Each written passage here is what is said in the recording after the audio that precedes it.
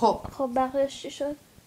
آیدی این حراجی صرف امور خیریه خواهد شد. جواهرات الیزابت تیلور که به خاطر علاقه زیاد او به الماس شهرت داشت در 3 ماه گذشته به نمایش عمومی گذاشته شده بود. میدونی چند سالش بود مرد تو این همه پول و ناز و نعمت؟ 79 سال. به قرآن استغفرالله اینجور گفتن، من نمیدونم. خانم تیلور در سال 2003 کتابی را با عنوان الیزابت تیلور رابطه عشقی من با جواهر منتشر کرد. من شنیده بودم اینو.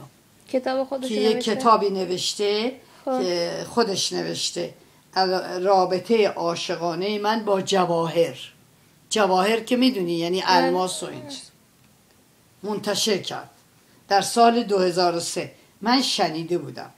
حالا یا تو اینا نوشتن یا تو تلویزیون گفته یا رادیو، من شنیدم. اولین قطعه به فروش رسیده یک علنگوی طلا و جواهر نشان بود که 270,000 دلار به فروش رسید. اینو من خریده بودم.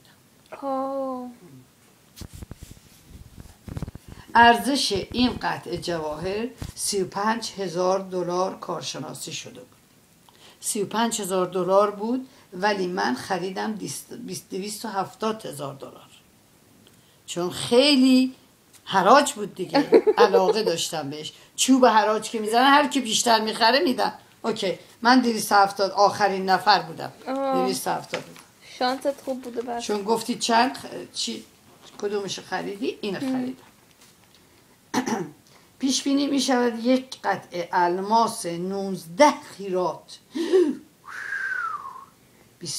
19 قیرات در سال 1968 به وسیله ریچارد برتون شوهرش، همسر 5 خانم تیلور.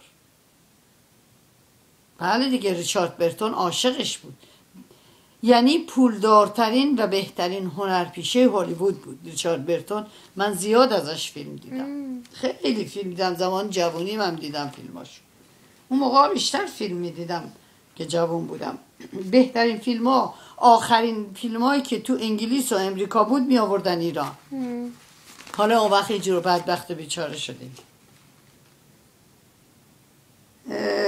ریچارد برتون اینقدر افس بودم اسم اینو همیشه. هم الیزابت تیلور و همونو به او هدیه داده بود. این 19 قیرات بوده بهش هدیه داده. فکرشو بکن، چشم نمیتونه نگاه کنه به اون جواهر. حدود 3.5 میلیون دلار به فروش برسد. خواهد رسید. یه شاهزاده کسی میخردش، خیلی گرونه. 3.5 میلیون دلار. الیزابت تیلور اوایل امسال در شهر لس آنجلس در سن 79 سالگی درگذشت. در کجا؟ در لس آنجلس. اون بالا چیه؟ جورج کلونی به کمدین ها. علاقه جورج کلونی به کمدین ها. به نقل از ددلاین. نقل از ددلاین چیه؟ ددلاین کامپیوتر یا مجله؟ نمیدونم. کمپانی سونی. جورج کلونی، کمپانی سونی و جورج کلونی. چیکار کنم آخه این دست وامونده دیگه برای من اضافه دست.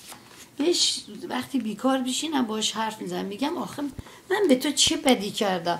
خب تو دلت خواسته زحمت کشیدی، میخواستی نکشی که به این روز بیفتی. چیکارت کردم که اینجوری درد میکنی؟ ای بهت سلام میرسونه. ای بهت سلام میرسونه.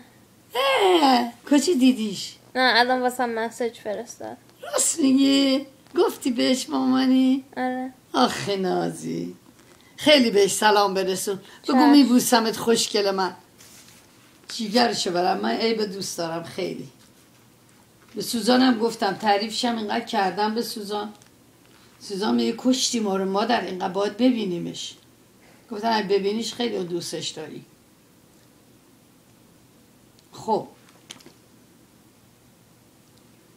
هر وقت خواستی بخونم برات. بخون. حالا فکس تو تموم کن. فکسمو؟ همون چیز اون برنامه. چشمم هم درد میاری. وای وای وای وای چه دستایی شد. 3 دست باید چیز کنم، صابون بدنم.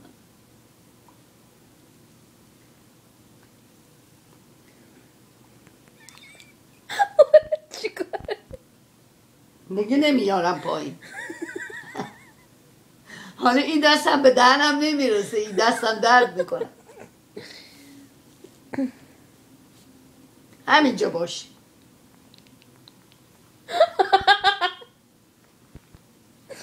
آخه میکروبه میدونی؟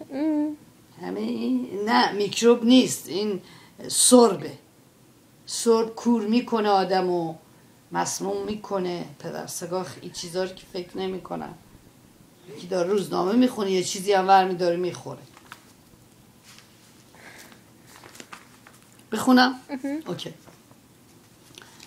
به نقل از ددلاین، کمپانی سونی و جورج کلونی قرار است داستان کمدین دهه 60 تام و دکی اسموترز را فیلم سینمایی بلند تبدیل کنند. این دوتا رو چرا من نمیشناسم؟